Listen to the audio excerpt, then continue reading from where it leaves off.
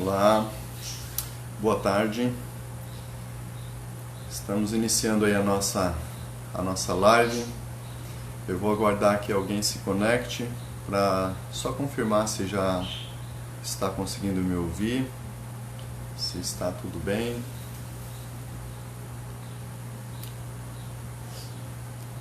Muito bem, já temos uma pessoa conectada aqui. Querido, se puder fazer um comentário, está conseguindo me ouvir bem? Só para a gente dar sequência aqui.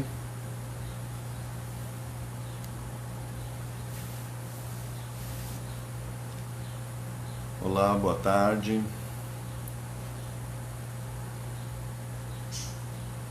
Já temos 2 pessoas ouvindo. Eu acredito que já deva estar tudo ok. Tá tudo certo aí, gente? Vocês estão conseguindo me ouvir? Tá tudo bem? É que o tempo está meio chuvoso, a internet não está tão boa e às vezes a gente fica preocupado se o áudio está chegando, né? O Valnir aí está conectado, a minha irmãzinha também está conectada. Um abraço para vocês aí, Deus abençoe poderosamente, saudade de todos vocês aí. Então tá bom, eu acredito que já deva estar tudo ok. Vamos lá, nós vamos compartilhar aqui uma palavra. Ótimo, obrigado meu mano, valeu. Nós vamos compartilhar aqui uma palavra hoje, nessa live, né? Hoje eu não vou cantar nenhum hino não. A gente vai direto para esta palavra, porque eu creio que é uma palavra muito apropriada para os dias que nós estamos vivendo, uma palavra muito apropriada, não apenas para a situação atual, para o momento atual que nós estamos vivendo, mas uma palavra que vai te conduzir, né, não apenas nos momentos de dificuldades, mas durante toda a sua vida, nos momentos bons e nos momentos ruins também. É uma palavra que marcou a minha vida, porque desde a minha conversão, essa foi uma das primeiras palavras que eu ouvi, e em toda essa minha caminhada cristã, nos momentos de alta e nos momentos de baixa, foi uma palavra que sempre esteve presente, sempre me ajudou a permanecer, e mesmo nos momentos de muita dificuldade, né, os momentos de muita luta, batalha interior, é uma palavra que me ajudou a perseverar, e eu amo essa palavra, é o Salmo número 1.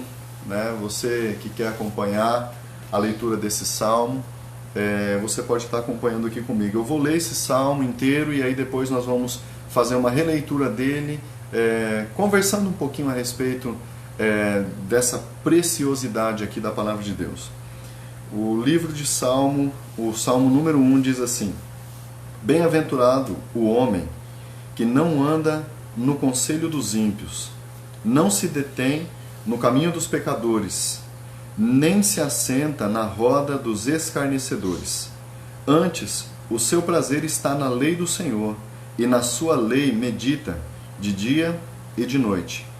Ele é como árvore plantada junto à corrente das águas, que no devido tempo dá o seu fruto, e cuja folhagem não murcha, e tudo quanto ele faz será bem-sucedido. Os ímpios não são assim. São, porém, como a palha, que o vento dispersa. Por isso os perversos não prevalecerão no juízo, nem os pecadores na congregação dos justos. Pois o Senhor conhece o caminho dos justos, mas o caminho dos ímpios perecerá. Muito bem. Esse é um salmo muito profundo. Primeiro eu quero falar um pouquinho a respeito da composição do livro de Salmos. A gente precisa entender um pouco a composição desse livro, e aí depois a gente vai entender essa referência que Davi, na abertura, na verdade, desse salmo, Davi faz quando ele faz essa afirmativa. Muito bem, Salmo, ele compreende a história de Israel por aproximadamente 900 anos. Ele é composto desde Moisés até o período pós-exílio, quando o povo foi liberto, né, da escravidão no Egito. Então, os Salmos, ele possui não apenas um autor, né, não foi só Davi que escreveu o livro de Salmos. Nós temos vários autores que contribuíram na composição do livro de Salmos. Mas desses 150 salmos, 76 aproximadamente foram os salmos escritos por Davi, que tem a autoria de Davi. Ok, então entendendo que Salmos foi composto desde o período de Moisés até o período pós-exílio, né? Então nós vamos compreender que há uma sequência histórica sendo narrada e ao mesmo tempo utilizada como adoração a Deus. E é por isso que chama-se Salmos. Na verdade, Salmos foi um termo atribuído na tradução já do grego no Novo Testamento. Lucas, ele faz essa abordagem citando o livro como Salmos, mas na tradução hebraica, Salmos significa louvores. E os escribas e aqueles mestres da lei chamavam o livro mesmo de louvores, né? Então Salmos era no antigo hebraico como louvores, e aí no Novo Testamento do grego ele foi traduzido como Salmos, né? Apontado dessa forma por Lucas, quando Lucas escreve a sua carta no capítulo 20, verso 42, ele vai fazer essa menção dizendo e se referindo ao nosso conhecido Salmos como Salmos, né? Então esse é o nome chamado no Novo Testamento.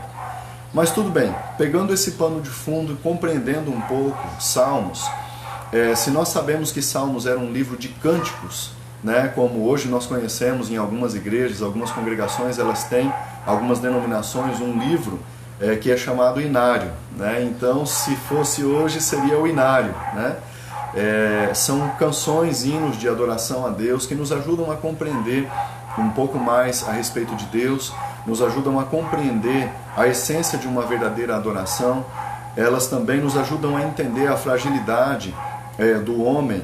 Por exemplo, quando você pega o Salmo 121, né, há uma declaração de Davi dizendo assim: eu olho para os montes, de onde virá o meu socorro vem de Deus. Então você vê ele sendo um rei que foi muito próspero, que foi muito grande, que marcou o seu tempo, né? Você vê esse rei fazendo uma declaração, pedindo um socorro para Deus, né? Pedindo um socorro para o Senhor. Aí você começa a compreender a fragilidade do homem e a grandeza de Deus através dos hinos que foram compostos e aglomerados aqui, né, ajuntados aqui neste livro. Muito bem, e o Salmo 1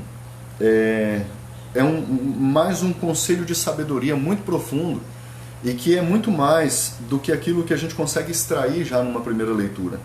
Ele começa dizendo no versículo 1: Bem-aventurado o homem que não anda no conselho dos ímpios, que não se detém no caminho dos pecadores e nem se assenta na roda dos escarnecedores. Da perspectiva individual, né, ele está tratando de bem-aventurado, tratando de bem-aventurado aquele homem que tem uma preocupação dentro de si de não se envolver com pessoas que de alguma forma não têm compromisso com Deus. E como que isso é revelado? Faz um favor, fecha ali para mim, gasta esse barulho. Então, como que isso é de alguma forma revelado? Nessa reflexão, né? Essa reflexão de Davi, ao pensar que bem-aventurado é o homem que não anda, que não se detém, que não segue o conselho daqueles que não têm compromisso com Deus, Davi ele está fazendo uma declaração de que o homem, para ser bem-aventurado, é aquele que tem a sua personalidade de alguma forma entrelaçada intimamente com Deus e com os seus preceitos, com os seus desígnios. Davi ele começa dizendo que bem-aventurado é o homem que faz a escolha certa. Ele aborda um tema de forma sutil, mas bem-aventurado é o homem que faz as escolhas corretas. E da perspectiva individual, como ser bem-aventurado? Bem-aventurado é aquele que tem a sabedoria para fazer a escolha certa de onde ele vai caminhar, de onde ele vai buscar conselhos, de onde ele vai se envolver, né? O que significa bem-aventurado o homem que não anda segundo ou no conselho dos ímpios? É aquele que sabe aonde buscar o conselho no momento de dificuldade. Nós vemos por aí pessoas buscando, eu não quero criticar aqui qualquer tipo de religião, mas nós vemos pessoas correndo atrás de uma leitura de mão, de leitura de cartas, buscando conselhos, aonde efetivamente não há conselho para a vida. Há interesses financeiros, e infelizmente até no meio cristão nós vemos pessoas correndo atrás de profecia, que acaba recebendo, na verdade, a famosa profetada, né? Essas pessoas, elas não estão em busca de Deus, elas estão em busca de uma solução momentânea de um problema. E esse salmo está dizendo que nós não devemos andar segundo o conselho dos ímpios. Ou seja, o que significa isso? Pessoas que têm interesse financeiro, elas vão ler a sua mão, elas vão te dar uma profetada a troco de benefício, né? E Deus, ele não negocia desta forma. Na verdade, Deus não negocia. Deus é amor, e Ele derrama sobre a vida daqueles que o amam as suas bênçãos sem um preço exigido, sem uma moeda de troca. Ele continua dizendo, não se detém no caminho dos pecadores. Ou seja, quando você e eu entregamos a nossa vida para Jesus, quando você e eu nos convertemos, nós saímos, nós convergimos, nós convertemos o nosso caminho. O que é uma conversão? Quando você está indo numa rodovia e tem uma placa dizendo conversão à direita, né? A conversão, ela te obriga a mudar de direção. E é isso que acontece na nossa vida quando nós nos convertemos, nós mudamos de direção. Logo, nós estávamos envolvidos num caminho de pecado, numa vida de pecados, conscientes ou inconscientes, com prazer naquilo que fazia ou sem ter a noção daquilo que estava fazendo. Mas nós estávamos envolvidos num caminho de pecado. E quando nós nos convertemos, nós precisamos deixar o caminho dos pecadores, que é aquela direção que nós estamos seguindo sem ter, às vezes, até a noção de que aquilo vai nos levar ou nos conduzir ao inferno. Então, não se detém no caminho dos pecadores e nem se assenta na roda dos escarnecedores. Quem são os escarnecedores? São aqueles que, mesmo já talvez até tendo tido já uma experiência com o Evangelho ou não, são aqueles zombadores, aqueles que envergonham o nome do Senhor, são aqueles que de alguma forma desonram o nome do Senhor. Então esses, querido, deixa eu falar para você, nós não podemos ter envolvimento com eles, nós não podemos participar com eles desses momentos. Às vezes eu vejo pessoas fazendo piada com igreja, piada com Jesus, piada com Deus, e muitos crentes rindo, olhando e rindo, compactuando, se assentando nessa roda de escarnecedores. Então nós não podemos fazer parte disso. Ok. Aí ele vai abordar no versículo 2 algo que deve fazer parte da nossa construção como cristãos, como filhos de Deus. Ele diz assim, antes o seu prazer está na lei do Senhor, e na sua lei medita de dia e de noite. E aqui eu quero chamar a sua atenção. Não é apenas você receber uma palavra, a palavra da conversão, aquela palavra que entrou no seu coração no dia da sua conversão e fez com que você mudasse de vida, é uma palavra que você e eu recebemos dentro de nós. Amém. Foi uma palavra que nos impactou. Mas só receber uma informação não é suficiente. Nós precisamos meditar na palavra do Senhor de dia e de noite, segundo o conselho do salmista. Ele está dizendo, antes o seu prazer está na lei do Senhor, e na sua palavra medita de dia e de noite. Primeiro, para eu ter prazer em algo, eu preciso conhecer. E como é que eu vou conhecer se eu não meditar? Uma leitura rápida, ela me dá informações. Uma meditação, ela vai trazer transformação para dentro de mim. Ela vai trazer transformação nas minhas atitudes. Ela vai abrir os meus olhos, ela vai me dar mais do que a minha capacidade de leitura, naquele momento, absorveu. A minha capacidade de leitura vai identificar algumas coisas que são legais, mas a meditação vai fazer com que eu pegue essa palavra, traga para dentro de mim e confronte com o meu estilo de vida. Confronte com as minhas atitudes. E é esse confronto, é essa meditação que vai trazer clareza, e é essa a ferramenta que o Espírito Santo vai usar para desacortinar os nossos olhos e fazer com que a gente enxergue a realidade, enxergue a verdade. E dessa forma a gente vai conseguir firmar os pés no chão e viver com alegria, fazendo o que é correto, fazendo o que é direito. A gente não vai ter prazer naquilo que é errado, a gente vai ter prazer na lei do Senhor. Né? No livro de Levíticos, nós vamos ver, e também em Deuteronômio, nós vamos ver a confirmação daquilo que foi estabelecido em Levítico, que é o livro das leis, onde diversas leis foram estabelecidas, e no final delas o Senhor diz o seguinte: isso vai ser como cláusula pétrea, isso vai ser duradouro, isso não vai ter fim. Ou seja, a moral daquela lei, ela tem que ser plantada dentro de nós, para que a gente venha a obedecer de certa forma, não a lei que manda apedrejar e matar, mas a moral que ela traz consigo, que na sua essência é amar ao próximo, amar a Deus, servir ao teu irmão. Você está entendendo? Então, a essência daquilo que foi implantado na lei, quando Deus instituía um povo como nação, ela precisa estar dentro de nós, e ela só vai florescer dentro de nós quando nós pararmos para meditar na palavra do Senhor e, novamente, confrontar com o nosso estilo de vida, confrontar com aquilo que nós estamos tentando desenvolver na nossa vida, na nossa caminhada cristã. Muito bem. No versículo 3 ele diz: ele é como árvore plantada junto à corrente das águas, que no devido tempo dá o seu fruto, e cuja folhagem não murcha, e tudo quanto ele faz será bem sucedido. Muito bem, aqui nós vamos entrar agora na parte do vigor, na parte do prazer, na parte da alegria, na parte dos benefícios. É lógico que servir a Deus, ele não pode ser por interesse. Servir a Deus é por amor, porque a primeira manifestação de amor foi dele em nosso favor. Ok, tendo consciência disso, agora a palavra, ela traz de certa forma uma promessa, dizendo que aqueles que entendem a palavra, que meditam na palavra, que têm relacionamento, que têm verdade em si no seu relacionamento com Deus, aqueles que se desviam do mal, eles vão colher, eles vão produzir. A árvore plantada, eu preciso que você entenda isso, a árvore por si só, ela não tem a mínima condição de sair de um determinado lugar e ir para outro lugar. O que isso significa? Uma árvore, na verdade, ela é transplantada, ela não é plantada, ela é transplantada. Isso significa que nós, enquanto pecadores, nós não tínhamos condição de viver uma vida de bênçãos, porque nós estávamos afastados do plano de salvação de Deus.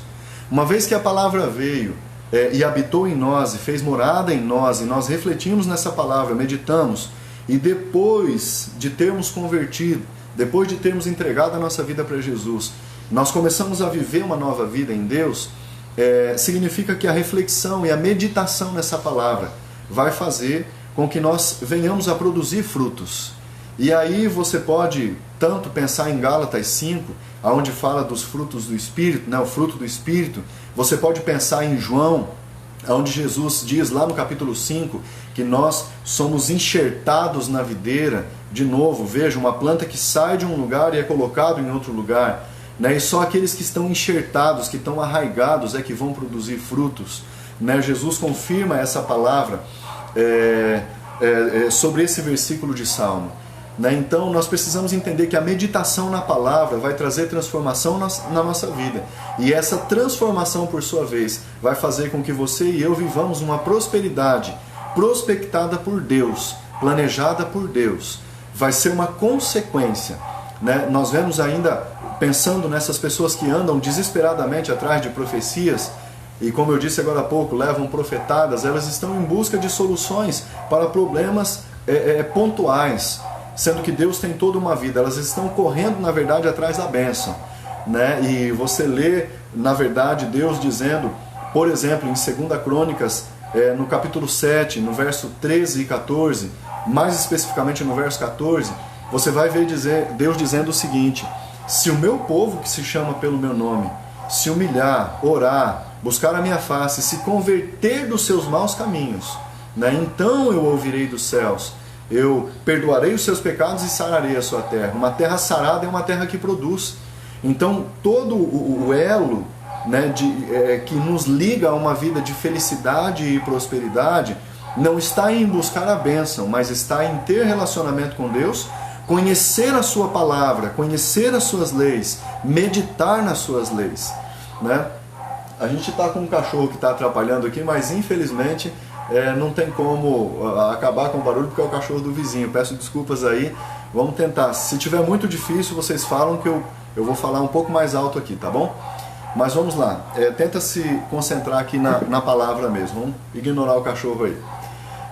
Mas voltando aqui, então, não é correr atrás da bênção, é ter relacionamento com Deus. E tendo relacionamento com Deus, a palavra diz, e a bênção ou as bênçãos seguirão aqueles que creem. Ou seja, Jesus ele afirma isso também no Novo Testamento, ele diz, e esses sinais seguirão aqueles que creem.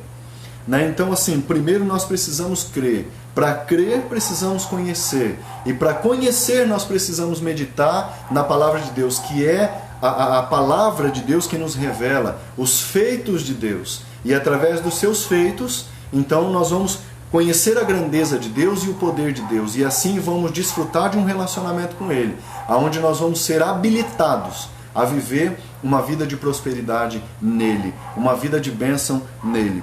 O versículo 4, ele dá um choque radical, ele diz assim, os ímpios não são assim, são porém como a palha, que o vento dispersa, por isso os perversos não prevalecerão no juízo, nem os pecadores na congregação dos justos.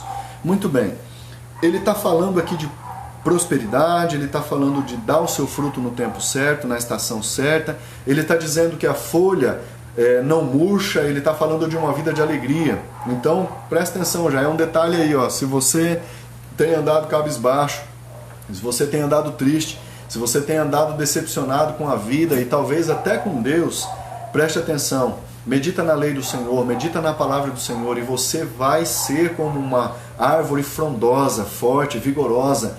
Não são as aflições dessa vida, nem o tempo presente, que vai te abater, que vai te entristecer, mas você vai estar sempre vigoroso, firme e forte no Senhor. Mas aí ele dá esse choque, ele fala do ímpio, ele fala daquele... o que é o ímpio? Vamos lá. O ímpio, na bruta forma, é aquele que pratica a impiedade. E quem é que pratica a impiedade? Eu não quero apontar pessoas, específicas pessoas, mas dizer que aquele que pratica a impiedade é aquele que não conhece e nem teme a Deus, que não conhece a palavra de Deus, não conhece as instruções de Deus para ter a sua própria vida, para desenvolver a sua própria história em Deus, relacionando-se ou colocando a sua maneira de viver alinhada com a vontade de Deus. O ímpio é aquela pessoa que não tem a misericórdia e a piedade e não vive no senso de justiça, não a justiça humana, mas a justiça declarada na palavra de Deus. Esse é o ímpio. Então ele está dizendo que as pessoas que praticam essas coisas, ou seja, os ímpios, eles não são assim. Eles são como a palha que são levadas pelo vento. O que é a palha? A palha, querido, no Antigo Testamento ela é usada como um símbolo de algo infrutífero, algo que é improdutivo, algo que não serve para nada. A palha, em alguns momentos, até biblicamente, ela é usada dizendo que ela só serve para queimar no fogo. É só isso. A função da palha é queimar no fogo, porque ela não produz nada, ela é infrutífera. E aqui no texto, quando ele diz eles são como a palha, ele está dizendo que não há valor perante Deus nas pessoas que são ímpias, nas pessoas que praticam a impiedade. No versículo 5, ele diz isso no 4, e no 5 ele diz, por isso os perversos não prevalecerão no juízo, nem os pecadores na congregação dos justos. Aqui nós já estamos falando do período da salvação, lá no grande dia, no dia do julgamento final. Quando vem a palavra juízo, está falando do juízo de Deus. E quando diz que eles não prevalecerão no dia do juízo, ou no juízo, ele está dizendo que aquele que não viveu uma vida segundo a vontade de Deus, aquele que não meditou na palavra de Deus, aquele que não se rendeu ao Senhor, aquele que não leu a sua palavra, presta atenção nisso, aquele que não leu a sua palavra, que não absorveu as suas verdades, aquele que não mudou o seu padrão de vida. O apóstolo Paulo, ele destaca isso em Romanos 12, no versículo 2, ele diz que a gente não deve se amoldar aos padrões desse mundo. Ele diz, e não vos conformeis com este mundo, mas transformai-vos pela renovação da vossa mente, para que sejam capazes de experimentar a boa, agradável e perfeita vontade de Deus. Então, assim, aquele que não busca a palavra de Deus e a vontade de Deus e se amolda aos padrões do mundo, eles vão cair exatamente aqui, eles não vão prevalecer. O que é prevalecer? Prevalecer é subsistir, é superar, é passar, vamos dizer assim, que de fase.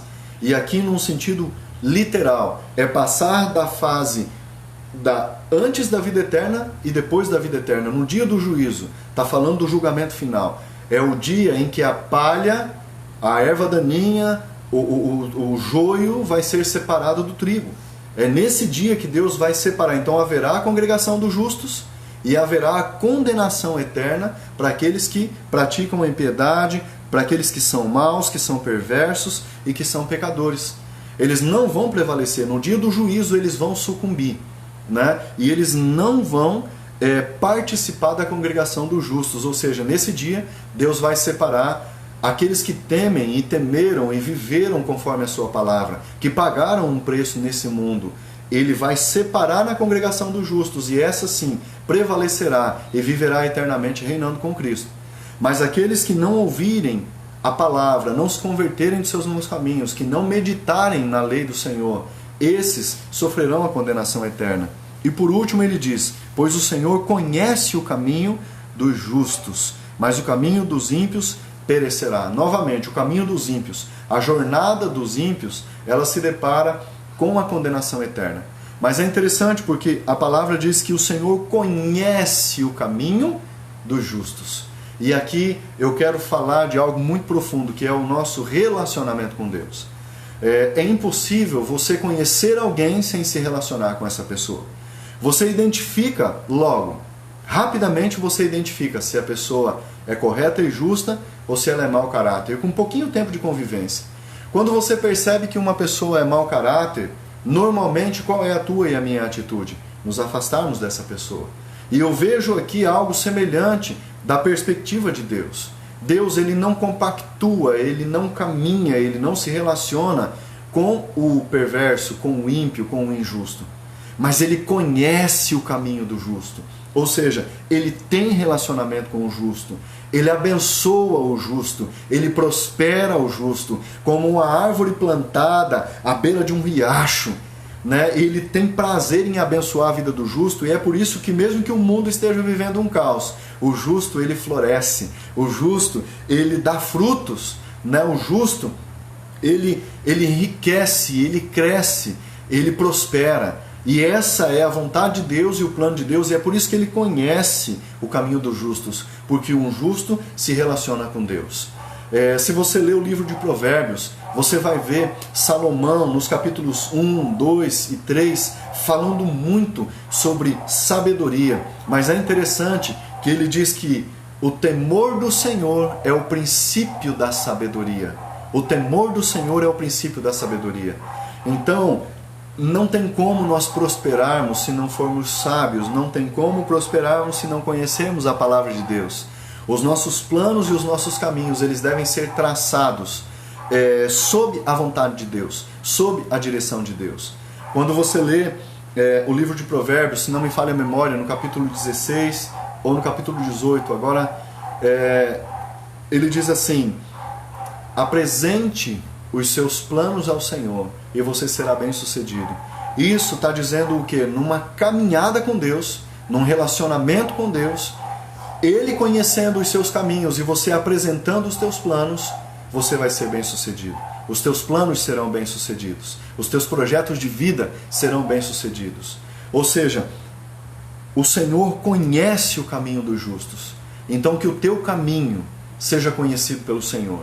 Que os teus planos sejam abençoados pelo Senhor. Que o teu relacionamento de vida seja estreito com Deus. E assim você vai prosperar.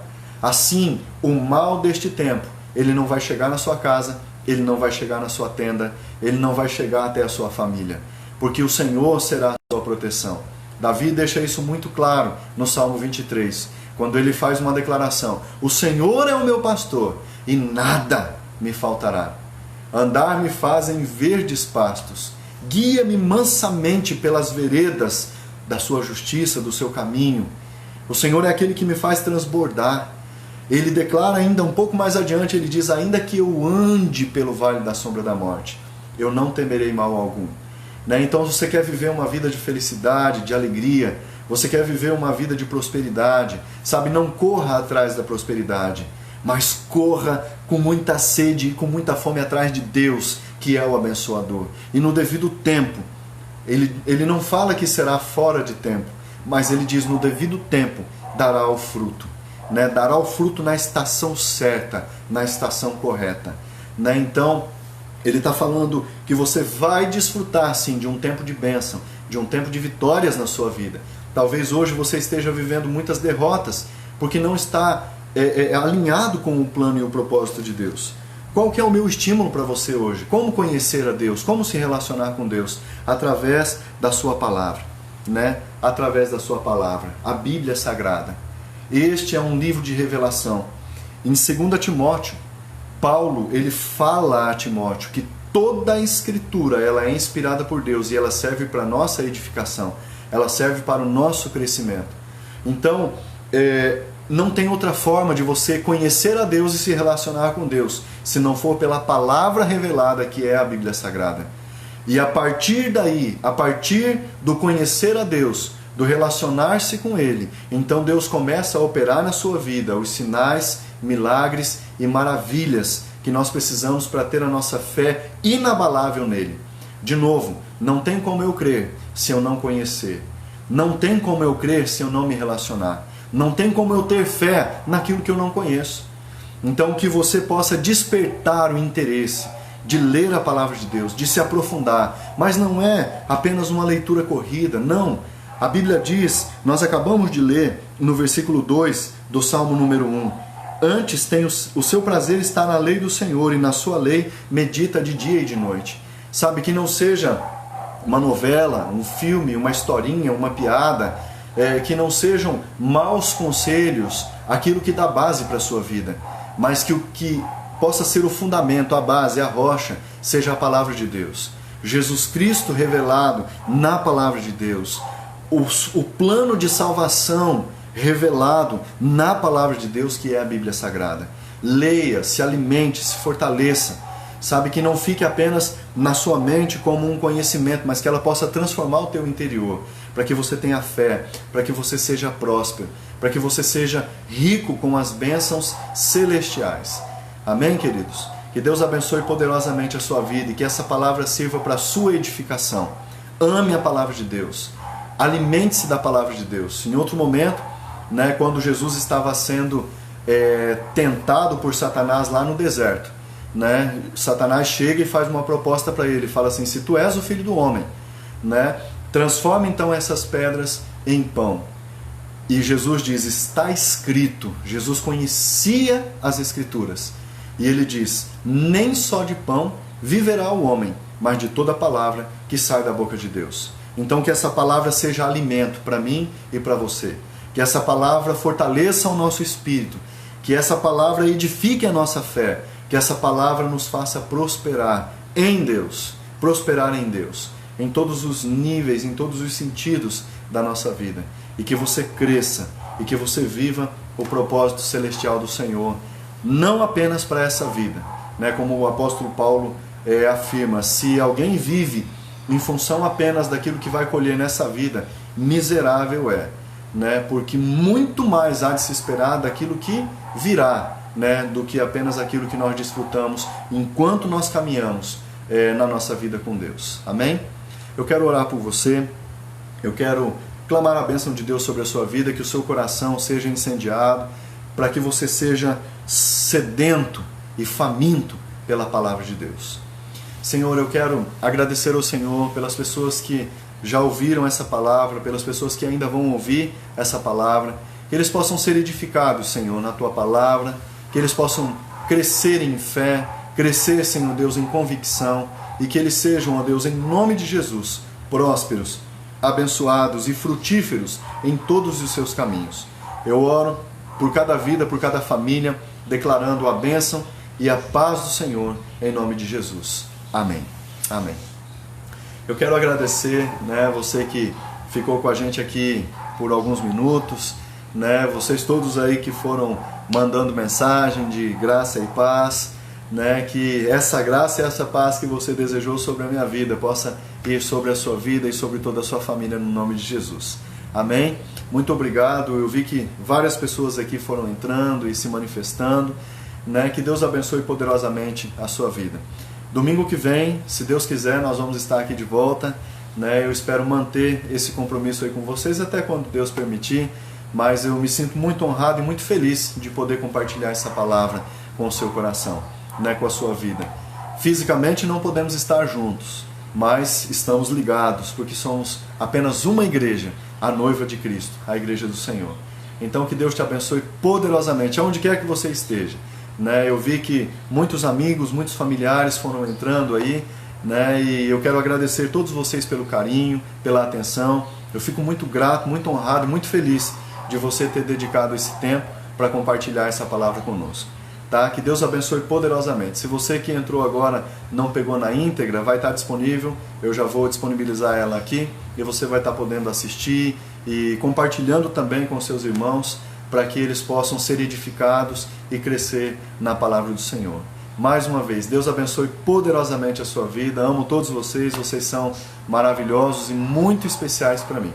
Que Deus abençoe em nome de Jesus, fiquem na graça e na paz do Senhor. Amém? Deus abençoe.